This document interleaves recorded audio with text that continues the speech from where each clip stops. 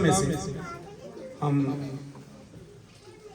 लूका की अंजील उसका दूसरा बाब उसकी 8वीं आयत से पढ़ेंगे। उसी इलाका में चरवाहे थे जो रात को मैदान में रहकर अपने गधा की निगहबानी कर रहे थे और खुदावंद का फरिश्ता उनके पास आ खड़ा हुआ और खुदावंद का जलाल उनके चौगिर्द चमका और वो नहाए डर गए। मगर फरिश्ता ने उनसे कहा कि डरो मत, क्योंकि देखो मैं तुम्हें बड़ी खुशी की बशारत देता हूँ जो सारी उम्मत के वास्ते हो कि आज दाऊद के शहर में तुम्हारे लिए एक मुनज्जी पैदा हुआ है और इसका तुम्हारे लिए ये निशान है कि तुम एक बच्चा को कपड़े में लिपटा और चरनी में पड़ा हुआ आओगे और यकायक फरिश्ता के साथ आसमानी लश्कर के गिरोह खुदा की हम करती हो ये कहती हुई जाहिर हुई कि आने वाला पर खुदा की तमजीद हो और जमीन पर उन आदमी में जिनसे वो राजी है। खुदा के कलाम का पढ़ा और सुना जाना हम सब के लिए बायस है। एक और हवाला भी पढ़ देंगे, यशायाह नबी का सहीफा है 7 बाब उसकी 10वीं आयत 7 बाब की 10वीं आयत से फिर खुदावंद ने आखिर से फरमाया और खुदावंद अपने खुदा से कोई निशान तलब कर, खा नीचे पाताल में खा ऊपर बुलंदी पर। लेकिन आखिर ने कहा कि मैं तलब नहीं करूंगा और खुदावंद को नहीं आजमाऊंगा। तब उसने कहा ए दाऊद के खानदान, अब सुनो, क्या तुम्हारा इंसान को बेजार करना कोई हल्की बात है कि मेरे खुदा को भी बेजार करोगे? लेकिन खुदावंद आप तुमको एक निशान बख्शेगा, देखो एक कुंवारी हामला होगी और बेटा पैदा होगा और वो उसका नाम इमैनुएल रखेगी। वो दही और शहद खाएगा जब तक वो नेकी और बदी के रद्दो कबूल के काबिल ना हो। खुदा के कलाम की वजह से हम सब की बरकत।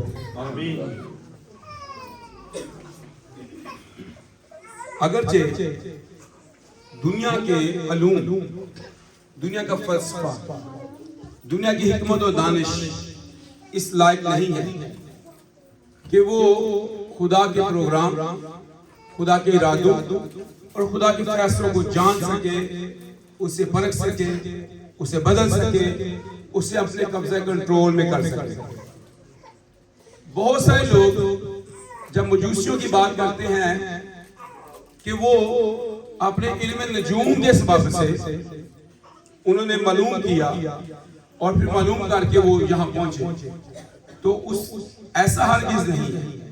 हाँ, इसमें बहुत सारी चीजें जो खुदा ने अलूम, जो खुदा ने वसाइल दुनिया को दिए हैं, खुदा उनको बुरोए का लाते हुए उसको अपने जलाल, अपनी कुदरत और अपनी बजरूगी के लिए यूज करता है। जब मसीह की पैदाइश हुई है, अगरचे दुनिया में ये एक बहुत बड़ी तारीखी है और इस तारीखी के बारे में हम यशायाह की मार्फत लिखा गया खुदा का कलाम जो है उसके 9वें बाब को पढ़े तो उसकी पहली आयत में लिखा है, लेकिन अंधोहीन की तीरगी जाती रहेगी। उसने कदीम ज़माना में ज़बूलून और नफ्ताली के इलाका को जलील किया और आखिरी ज़माना में कौमों के गलील में दरिया की समत यरदन के पार बुजुर्गी देगा। जो लोग तारीकी में चलते थे उन्होंने बड़ी रोशनी, उन्होंने क्या देखी? बड़ी रोशनी देखी। जो मौत के साए के मुल्क में रहते थे उन पर नूर चमका। तारीकी के अंदर इंसान, उन पर नूर। गुनाह की तारीकी ये बड़ी गहरी तारीकी है। बाज दफा ऐसी तारीकी होती है वो हमारे दिल को भी तारीक कर देती है और हमारी अक्ल को भी तारीक कर देती है। ऐसी तारीकी भी है जो अक्लों को कुंद करती है, उसको रोशन नहीं होने देती, और उस तारीकी ने दिल को भी तारीक किया, बंद किया और अकल और शऊर को ही बंद कर दिया। ऐसी तारीकी गुनाह के सबब से आई। लोग बुत परस्ती में चले गए, लोग जादूगरी में चले गए, लोग गैर मबूदों की पैरवी करने लगे। ये तारीकी का दौर है। तारीकी का मतलब ये नहीं कि नहीं रहता है, तारीकी का मतलब ये है वो अपनी अकल के इरादों, अपनी आंखों की मंजूरी, अपनी जिस्मी ख्वाहिश के मुताबिक जिंदगी बसर करने लगे। ये तारीकी है। वैसे तो सूरज जिਵੇਂ सुबह चढ़ता शाम गुरूब होता है, लेकिन दिल के अंदर तारीकी है, जहन के अंदर तारीकी है और लोग जिंदा खुदा को छोड़कर गैर मबूदों की पैरवी करने लगे। इसलिए पौलुस ने रोमियो खात में ये कहा, अगरचे उन्होंने खुदा को जान तो लिया, लेकिन उसकी खुदाई के लायक उसकी पूजा और उसकी परस्तिश ना की, बातिल ख्यालात में पड़ गए। जिंदा खुदा को छोड़कर वो कीड़े मकोड़ों, हशरात, चुपायों, सूरज, चांद, सितारों, जामे फलक की पैरवी और पूजा करने लगे। ये बड़ी तारीकी है। उन्होंने इन चीजों को जो खुदा की पैदा की हुई हैं, जिसका खालिक खुदा है, मखलूक है उसकी, उन्होंने खालिक के साथ इसका मुआवजा करना शुरू कर दिया। ये बड़ी तारीकी। इस बड़ी तारीकी ने जमाने को घेरा हुआ था।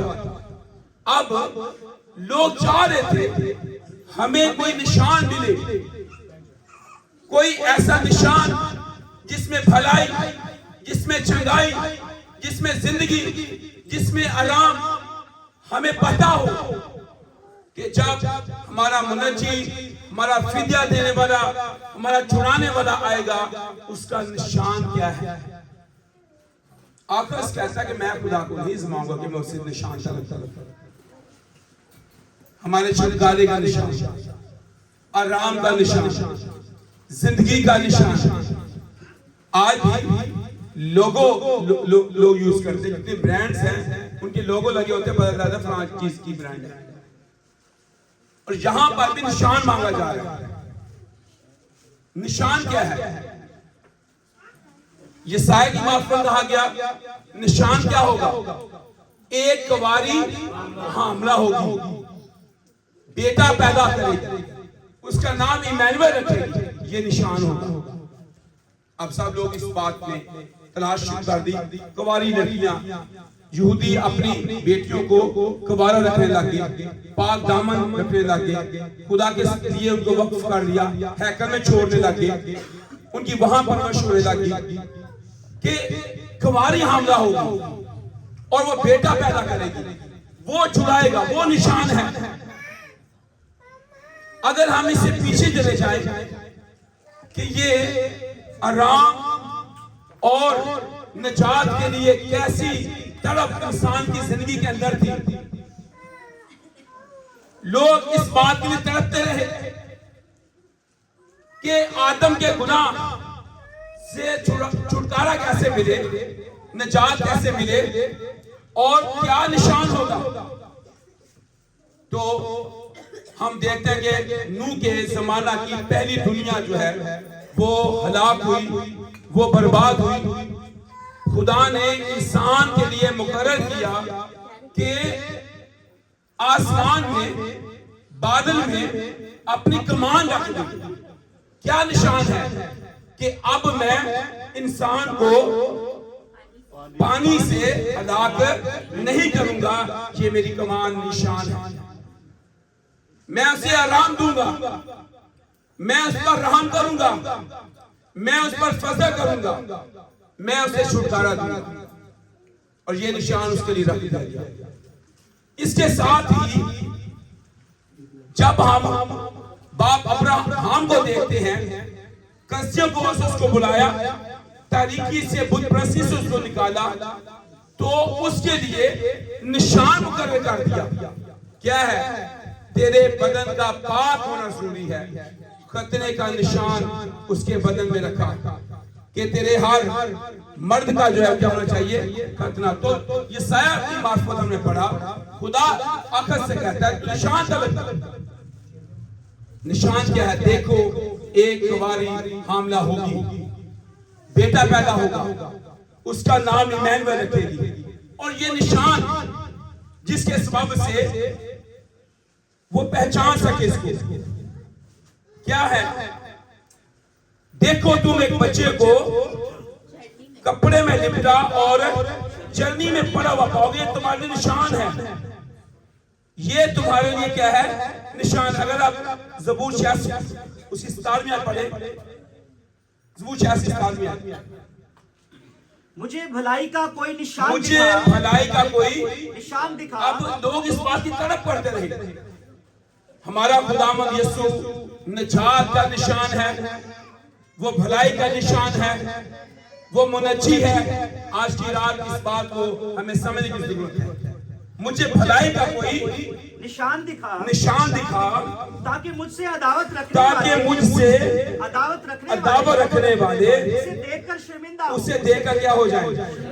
आज बेशुमार लोग जो आज भी गुनाह में पड़े हुए हैं, जादूगरी में, पुत परस्ती में पड़े हुए हैं, वो इस बात से शर्मिंदा होते हैं जब हमारे पास निशान है।